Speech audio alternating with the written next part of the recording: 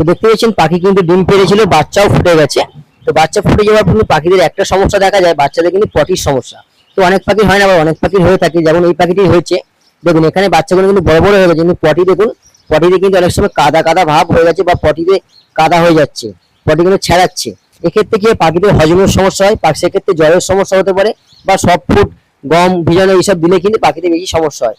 তো এগুলো দিলে কিন্তু গম বা কোনো সফট ফুড দিলে পাখিদের কিন্তু অবশ্যই নিওপিপ্রিন ওষুধটা দিতে হবে। নিওপিপ্রিন একটা এটা হচ্ছে হিউম্যান ওষুধ। এটা 100 ml জলে 4 ফোঁটা 5 ফোঁটা করে দেবেন, 2 দিন 3 দিন 4 দিন দিতে অটোমেটিক ঠিক হয়ে যায়। তো এগুলো আমার হচ্ছিল, আমি দেওয়ার পর দেখলাম, আজকে রেজাল্টটা দেখলাম খুব সুন্দর এবং পরিষ্কার হয়ে গেছে। এবং আপনারাও দিতে পারেন।